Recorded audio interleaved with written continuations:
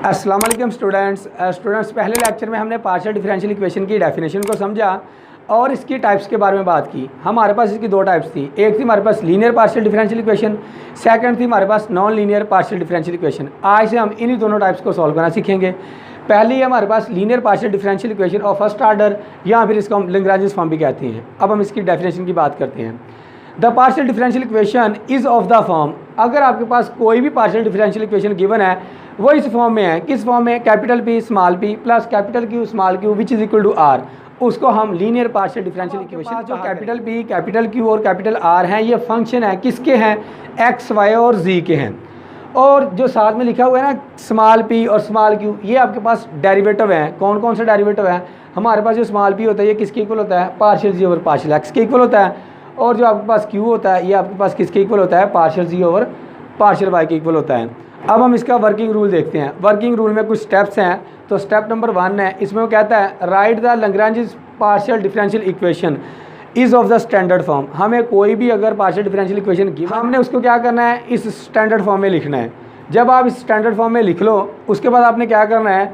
Second step की बात करते हैं। सेकंड स्टेप में आपने करना है find the values of capital P, capital Q and capital R. आपने स्टैंडर्ड फॉर्म से कैपिटल पी, कैपिटल क्यू और कैपिटल आर की वैल्यू फाइंड आउट कर लेनी है। स्टेप नंबर 3 में आपने एक्सिलरी इक्वेशन बनानी है। एक्सिलरी इक्वेशन आपके पास होती है D X over capital P which is equal to D Y over capital Q which is equal to D Z over capital R. ये तीनों रेशियो आपके पास क्या है? इक्वल है। स्टेप नंबर 4 में आपने इसको क्या करना है? सॉल्व करना है। अब सॉल्व करने के कुछ मेथड हैं। नंबर 1 पर आपके पास क्या है? सेपरेबल वेरिएबल मेथड है। और सेकंड पर आपके पास क्या है? Method of multipliers.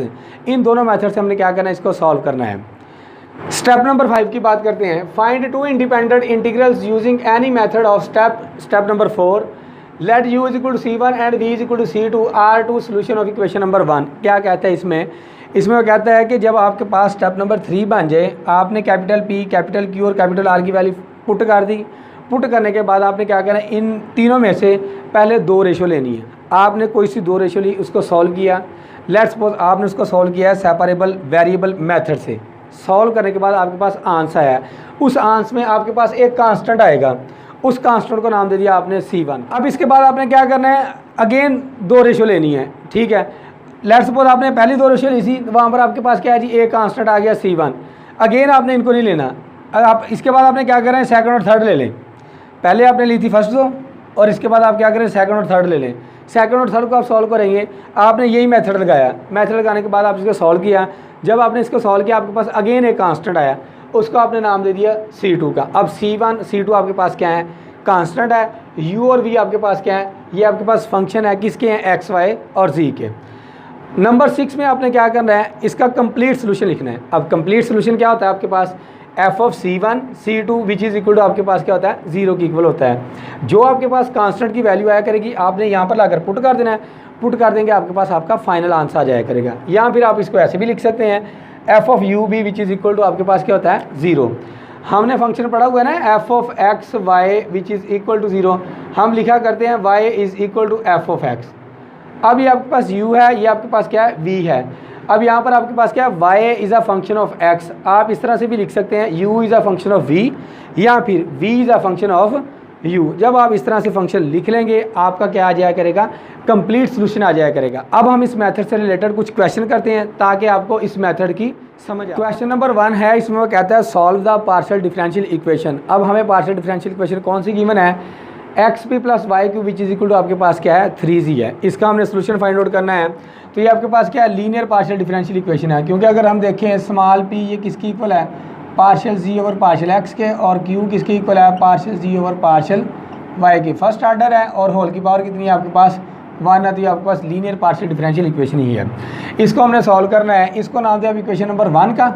और स्टैंडर्ड फॉर्म क्या थी हमारे पास? एज स्टैंडर्ड फॉर्म थी हमारे पास capital P small p plus capital Q small q which is equal to आपके पास क्या थी? R थी। इसको नाम दिया आप नंबर 2 का। अब इक्वेशन नंबर 1 और 2 को हम क्या करते हैं? कंपेयर करते हैं। तो आपके पास कैपिटल P की वैल्यू आ जाती है x और कैपिटल Q की वैल्यू आपके पास आ जाती है y और R की वैल्यू आपके पास क्या आ जाती है जी? 3z आ जाती है।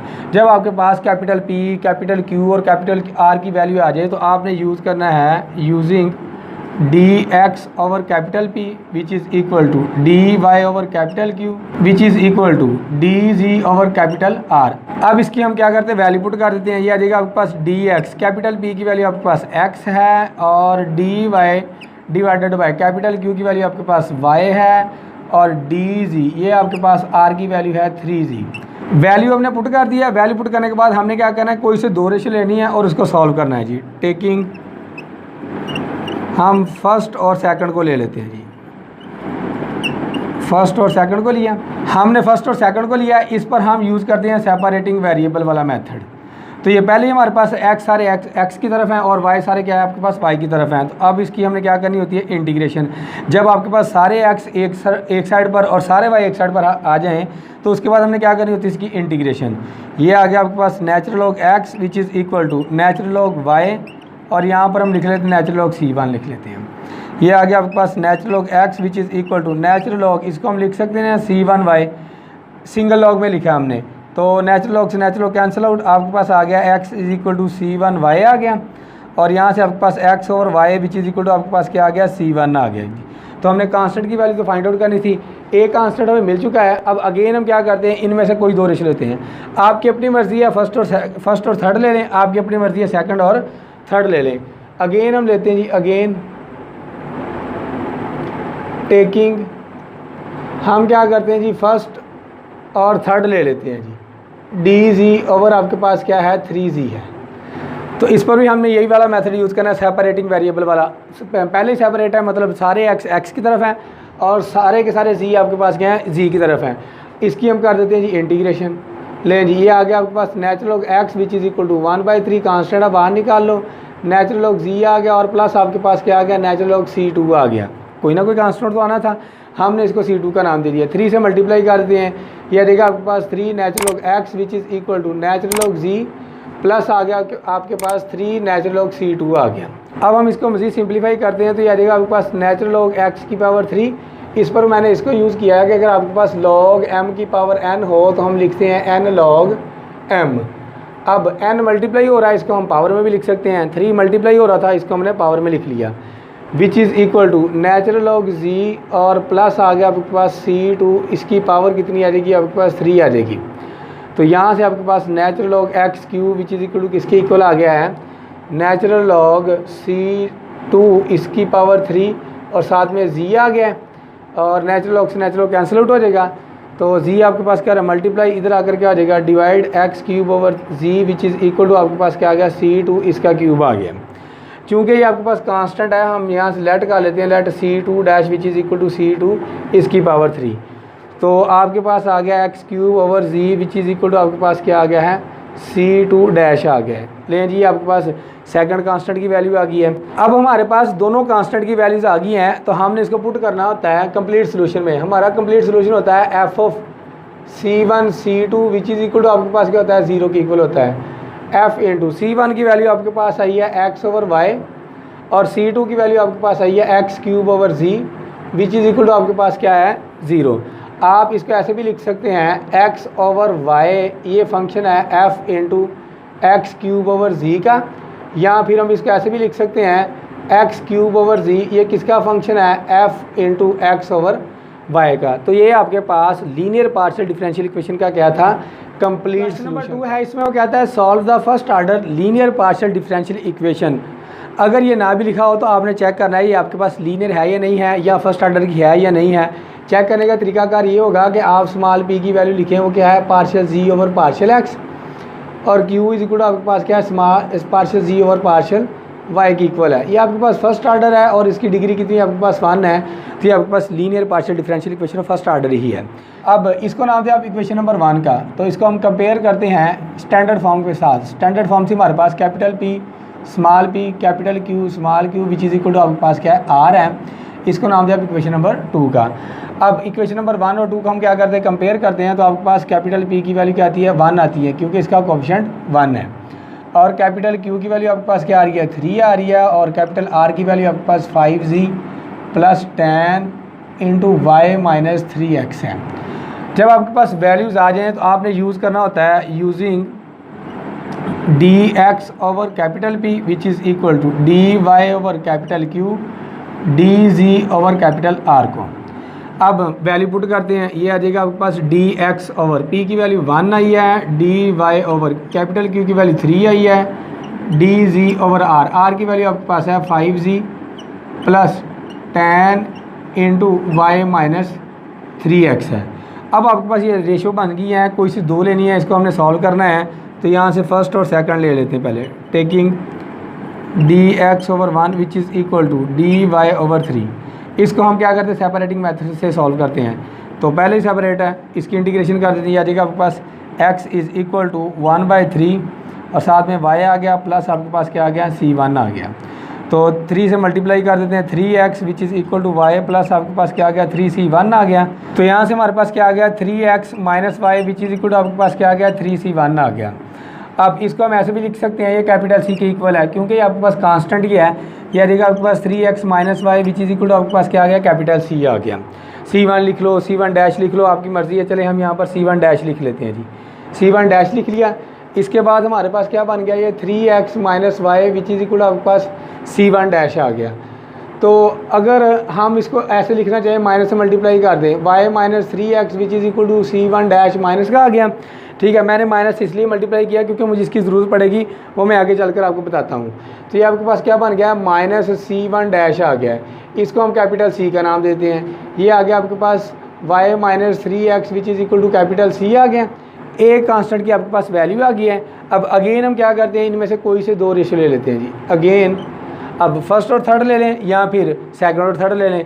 हम फर्स्ट और थर्ड ही ले लेते हैं। D X over 1 which is equal to D Z over 5g plus आपके पास है 10 इंटू वाई माइनस 3x। इसको हमने सॉल्व करना है सेपरेटिंग मेथड से। तो ये पहले सेपरेट है, z की जानब सारे z हैं और x की जानब आपके पास क्या सारे x हैं।